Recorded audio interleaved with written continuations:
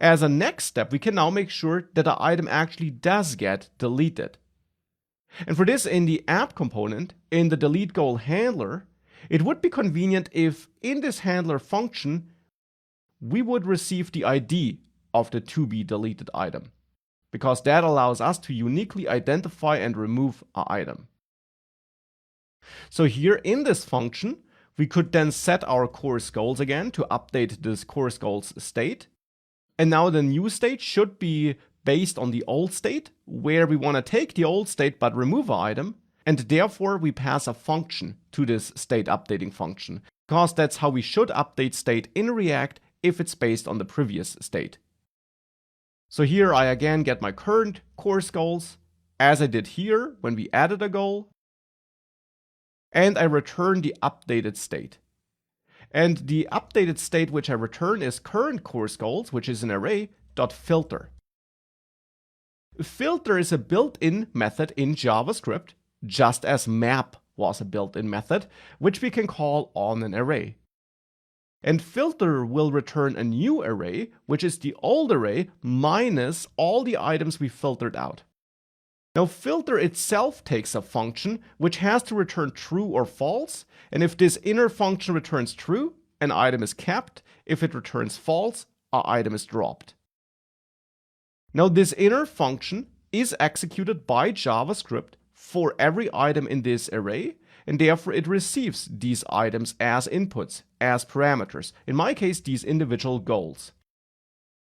And I want to return false if my goal has this ID here. So I will check if the goal ID, so this ID property on my goal object, is not equal to the ID I'm receiving here. This will return true if there is no match, which is good because I want to keep items where there is no match. But if there is a match, if an item has the ID I'm looking to remove, this will return false because then the IDs are equal. And then this item will be dropped and the new array will no longer contain it. That's how we can delete a course goal. Of course, we have one problem though. The ID which we expect to get here is currently not provided. In goal item, where I'm binding on delete item to onPress, onPress won't give me that ID. Now, to make sure that that ID is provided, we could again define a little helper function here, as we did it in goal input, where we added add goal handler, where we then manually called the function and passed our own parameter. And that would be absolutely fine. But alternatively, we can also call the built-in bind method on the function which we get through that onDelete item prop. Bind is a standard JavaScript function which basically allows you to pre-configure a function for future execution. Now, the first value you pass to bind sets the this keyword in the to be executed function. And we don't care about that here, so I'll just set it to this, but it doesn't matter. The second value, the second argument you pass to bind though, will be the first parameter received by the to be called function.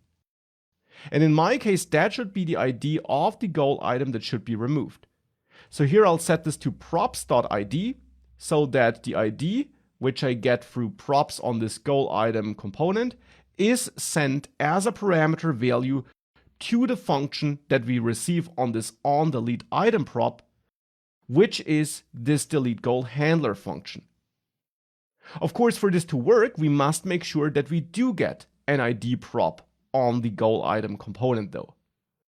And currently that's not the case, but we can update our code here and make sure that an ID prop is set on goal item, and that would be itemData.item.id. Now, there would be other ways of solving this as well, but this will work. And if we save this now and we tap an item, it is removed. So now I can add items, multiple items, and I can then tap them to remove them. By the way, you could also add validation to make sure that empty items can't be added, but here I will not do that to keep this app a bit simpler. But with that, we can remove items. Now, what's missing though is some styling, some visual feedback. At the moment, when I tap this item, I get no visual feedback other than its disappearance. So let's focus on the styling next.